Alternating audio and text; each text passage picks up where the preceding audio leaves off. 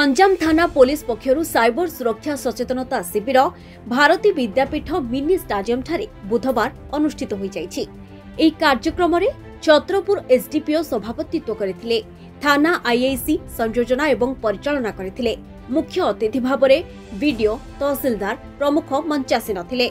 Mobile phone द्वारा cyber ठकई वृद्धि हेउथिबा बेले साइबर अपराधी माने वरिष्ठ नागरिकों को टार्गेट करी सफल हेउछंती। सेथिपई अधिक लोभर बशवर्ती न हेबाकू मंचासीन अतिथि माने आह्वान दैथिले।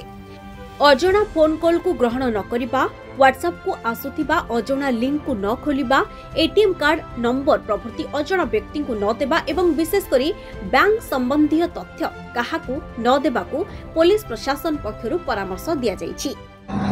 एटा हमरो माननीय मुख्यमंत्री 18/10/2024 रे साइबर अवेयरनेस प्रोग्राम शुभारंभ करथिले।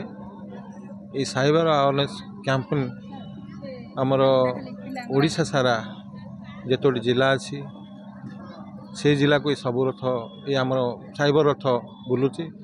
आ हमरो स्कूल कॉलेज एसएसजी ग्रुप सर्वसाधारण को केमिति आमे ठकामी न होबा से ऊपर सचेतन करू।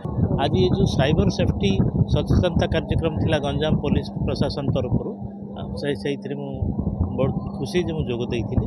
विभिन्न वक्ता जरिया आमर आज उपस्थित होता बहुत माँ भौणी छोट छोट छुआ आ वरिष्ठ नागरिक मान सचेतनता करागला। जड़े वरिष्ठ नागरिक हिसाब से आम मैंने निश्चय साइबर असुरक्षार शिकार होचु। से बहुत जिन आज जाना पाइलु। आमको बहुत खुशी लगे जे ये कार्यक्रम गंजाम सहर आज गंजाम पुलिस प्रशासन और राज्य सरकार तरफ होता। एमती मास सचेतनता कार्यक्रम विभिन्न स्कूल मानक हवाई मु आज गंजाम पुलिस प्रशासन को अनुरोध करूँ। गंजाम विद्याधर साहू रिपोर्ट धरित्री लाइव।